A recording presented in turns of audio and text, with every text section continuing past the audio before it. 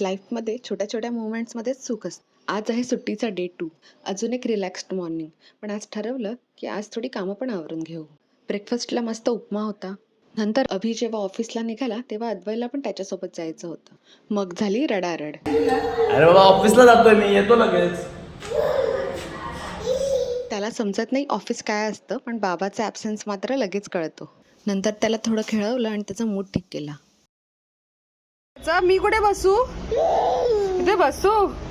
Okay. Advait त्याचा आजकाल एकच अजेंडा आहे, बाल्कनी. घरातली बाल्कनी आता आमची फेवरेट हँगआउट स्पॉट झाली आहे. बाहेर बघत बसायचं, फ्रेश हवा घ्यायची आणि मध्ये मध्ये त्याची फुलान मस्ती असतेच. नंतर मी माझी थोडी कामं आवरून घेतली आणि मग मी आणि अद्वै माझ्या कझिनच्या घरी स्टेसाठी निघालो.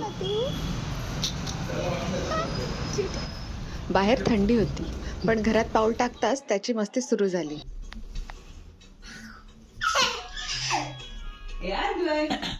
त्याला बघताच त्याची पणजी म्हणजे माझी आजी खूप खुश झाली. असा आजचा डे 2 शांत, सिम्पल आणि हार्ट वॉर्मिंग गेला. सो आज कळलं की हॅपीनेस फार बेसिक असतो.